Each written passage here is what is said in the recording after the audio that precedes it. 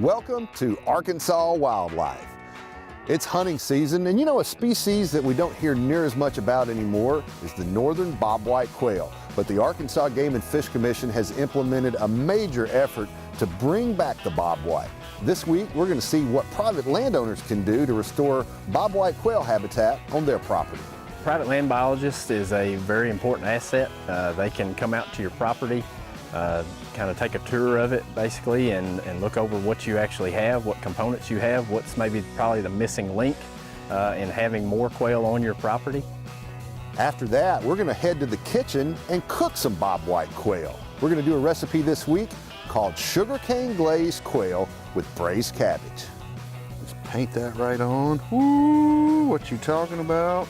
You see why they call it lacquered, sugarcane lacquered, because it really does look a lot like if you're working on wood here.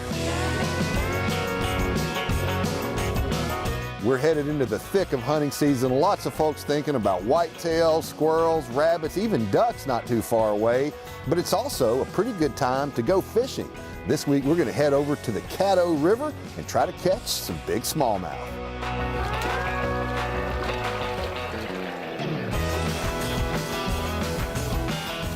Oh my God. Woo! That's what I'm talking about. Oh man.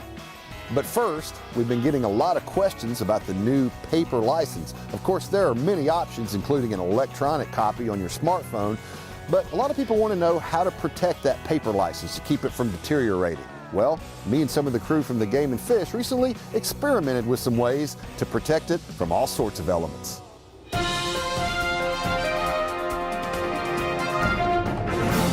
We understand you might be concerned about the durability of the new paper hunting licenses and tags, but if you'll just put it in a zip-closed bag like this, it'll withstand all sorts of elements, like wind, or water, or dirt.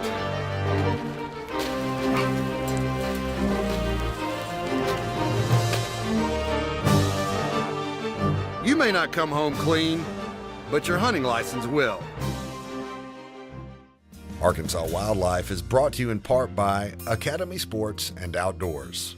For all, for less.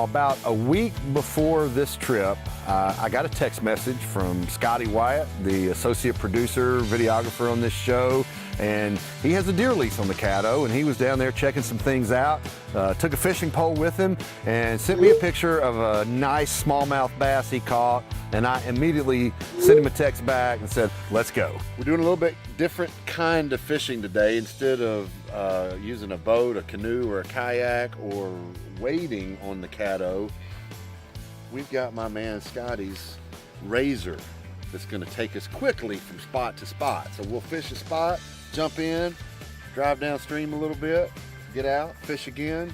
Efficiency, what it's all about today.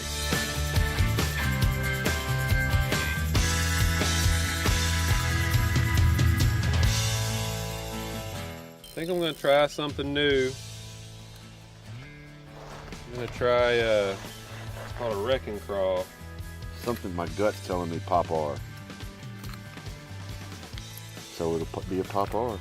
They're juiced with stank. So I've never used stank on a bait, but we're going to see if it works. So it's a nice, cool fall morning. We got some fog rolling off the top of the river. Me, Trey, and my father-in-law, Clint, he's also on the lease.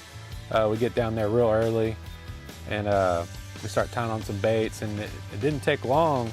My very first cast, I catch a nice smallmouth. I know it's bad luck to catch one on the first cast, but he couldn't resist the stank on that wrecking crawl. Smallmouth bass.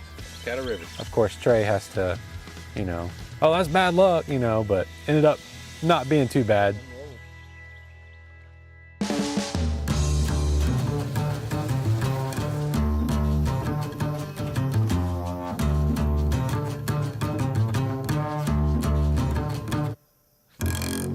So I've been telling Trey for a couple of years now that, you know, we catch some really nice smallmouth on this river, and he's been down once before, we just didn't do very good. I'm not sure if catching a fish on the first cast was a curse for Scotty, but I think it was good luck for me. We had only been fishing maybe about 30 minutes, and Scotty and I had both missed a really aggressive fish a couple minutes before. Same kind of hit. Man, I mean, my rod just got hammered. Oh my God, that's a good smallmouth. I set the hook, and when I saw the fish, I mean, I almost lost it.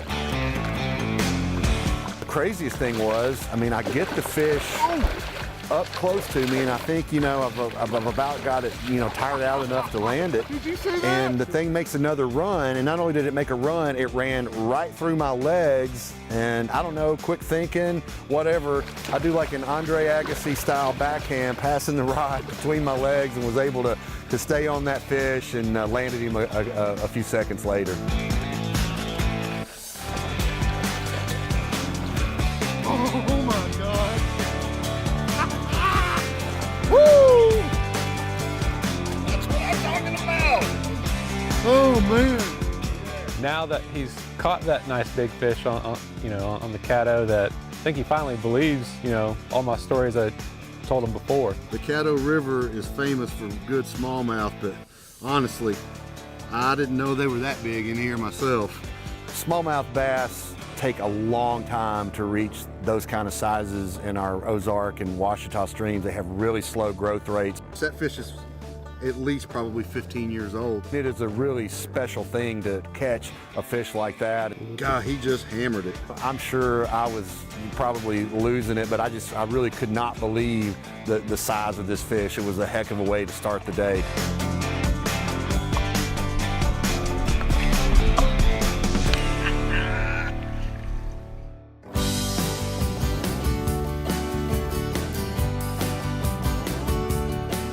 We set the bar pretty high with that incredible fish first thing in the morning, and we never got another fish quite like that. But man, when you're catching the numbers of fish that we ended up catching, nobody was really upset about not catching another big one like that.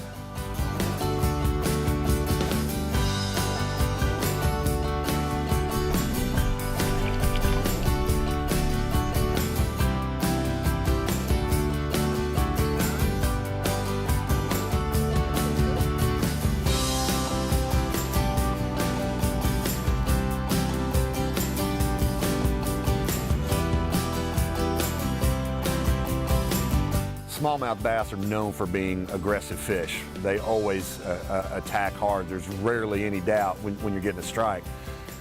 These fish just had an incredible appetite this day. You know, right before wintertime, they're hungry, they're trying to fatten up, and the river's so low, I think they're not able to move up and down. For whatever reason, they were hungry and it was on.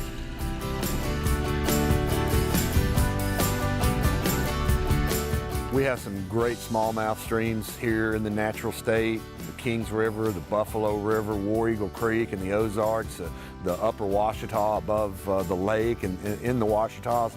But man, you know, if you're talking the Ouachitas, it's really hard to beat the Caddo River. It is just an incredible fishery, great numbers of fish. Also catch some, in addition to smallmouth, some largemouth and some spotted bass. But it really seems to be able to produce some really big smallmouth bass. Fall's a great time of the year. I mean, most people are thinking about hunting, and I love to hunt, but the fishing's so good during the fall that's what I want to do. And when I'm going to be fishing, it's going to be on the Caddo.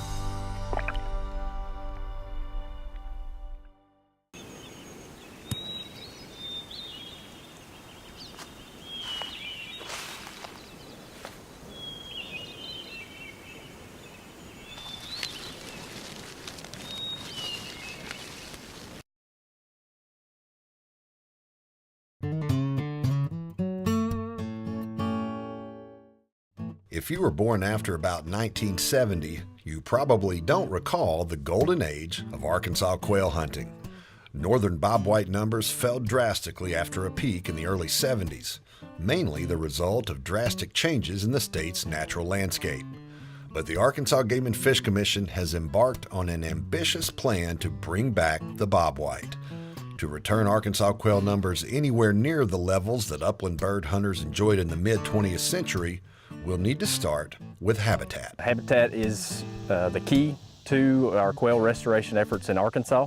It's the missing component, and it's the most needed component here. Poor habitat lacks diverse vegetation and typically has thick stands of short grasses that provide little benefit to quail and other wildlife species.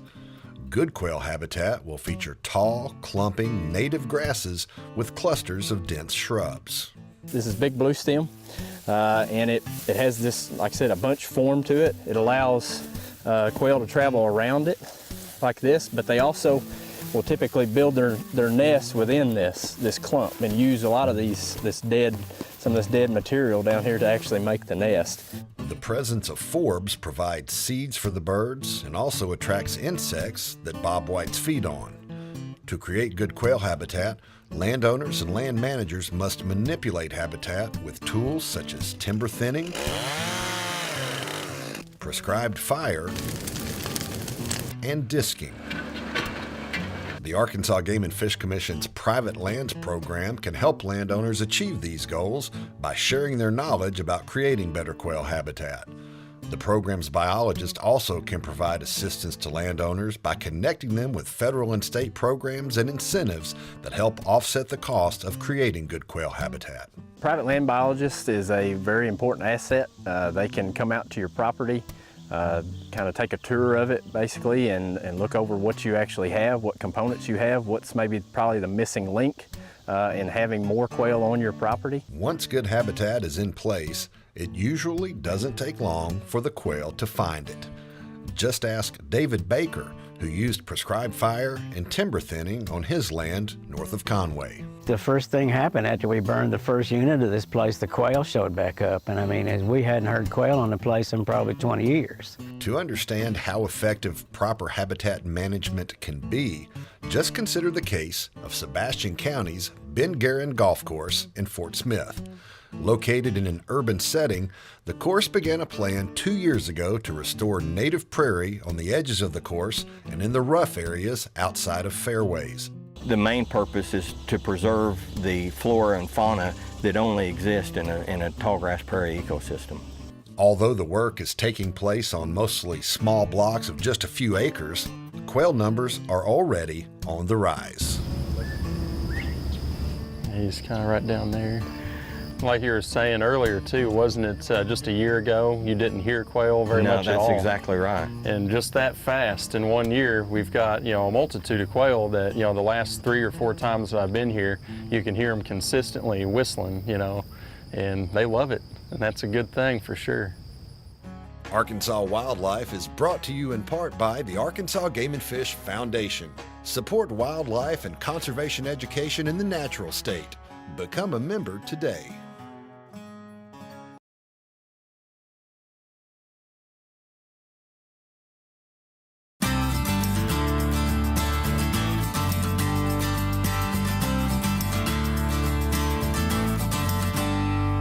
Today we're going to cook sugarcane lacquered quail. This is an approximation of a dish that I had at Commander's Palace, famous restaurant in New Orleans a few weeks ago. I took one bite of that quail and said, I've got to try this in the kitchen at home. We're going to use a technique called sous vide. Now, we're not going to go into a lot of detail this week. We're going to talk more about it on a future episode, but it's a great way to cook wild game that tends to get dried out with conventional cooking methods. Sous vide is literally French for under vacuum. We've sealed with our food saver bags the birds in individual bags like this. You can also use conventional zip seal bags and remove as much air as possible. But what we've got here is a water immersion heater circulator that's the cooking method. And this pumps warm water, recirculates through here, and it keeps it at a precise temperature. In this case, 140 degrees. And we've put some Cajun seasoning and on the birds, stuffed them with a little boudin sausage, got them sealed up there. We're gonna cook these for about 2 hours, and they will not dry out with this cooking method. We're gonna finish it on the grill later, but this is a great thing to do with all sorts of game. This water circulator immersion cooking device, commonly referred to as a precision cooker, has Bluetooth, so I can sync it with my phone, set it for 2 hours, set the timer, and we're good to go. And it'll let me know as soon as it's ready to take it out. While our quail are cooking in the water bath, we're gonna do a couple of things. We're gonna make our glaze, our sugarcane glaze, as well as a little sweet and spicy dipping sauce. And we're also going to braise some cabbage that we're gonna use when we plate the quail. We're gonna start our glaze by browning the wings and necks that we cut off the quail when we prepared it. We're not actually going to use those pieces. That's really just going to provide a flavor base for this. And then we're going to add a 1/4 cup of this rum. Deglaze the pan with your rum, and really you want to let that rum cook down. We're not looking for the alcohol, we just want the essence. After the rum cooks down a little bit, we're going to add a 1/2 cup of the sugarcane syrup, and then a 1/2 cup of our molasses, and finally a 1/2 cup of the coffee. We're going to get that all blended and hot, and we're going to let that reduce by about half. One of the finishing touches on this dish is going to be a little spicy and sweet dipping sauce, and we're going to start with about a cup of Crystal Louisiana style hot sauce. To that, we're going to add 2 teaspoons of apple cider vinegar, and then 1 tablespoon of regular granulated sugar. We're going to dissolve all that, let it cook over a low to medium heat until it also starts to reduce, becomes almost like a little syrup. We're going to serve the quail atop this braised cabbage. We've just julienned some cabbage as well as some red onion, cooked a couple of strips of bacon to render out the fat, took the bacon out. I sprinkled it with a little bit of white wine vinegar as well as some salt and pepper. And we're going to cook it until it gets nice and caramelized.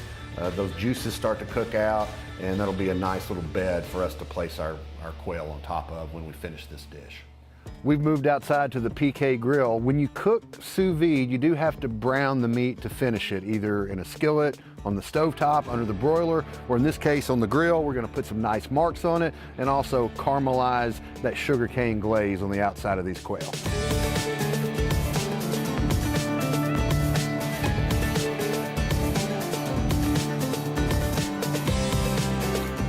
And we're gonna get into that nice glaze there.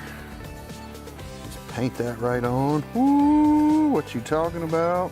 You see why they call it lacquered, sugarcane lacquered, because it really does look a lot like you're working on wood here. Doesn't take much at all. Get your nice marks on there. Paint this side.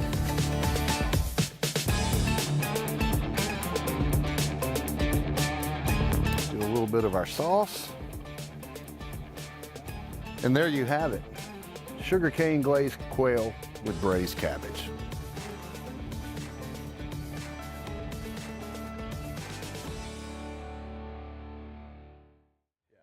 Arkansas Wildlife is brought to you in part by Arkansas's own PK Grills, maker of the new PK 360, the best and last grill you'll ever buy. Arkansas Wildlife presents the Watch and Win giveaway. During each episode of Arkansas Wildlife, we'll give away an Arkansas resident hunting and fishing license, a $35.50 value provided by Academy Sports and Outdoors. Visit the Arkansas Wildlife webpage at arkansaswildlife.com and click on the Watch and Win icon to enter. This week's winner is Pat Edwards from Jacksonville. Congratulations and thanks for watching. Arkansas Wildlife TV isn't the only way to learn more about outdoor recreation and conservation in the natural state. The award-winning Arkansas Wildlife magazine can be delivered to your mailbox for just $12 a year. A subscription consists of 6 bi-monthly issues, including the popular Arkansas Wildlife Calendar.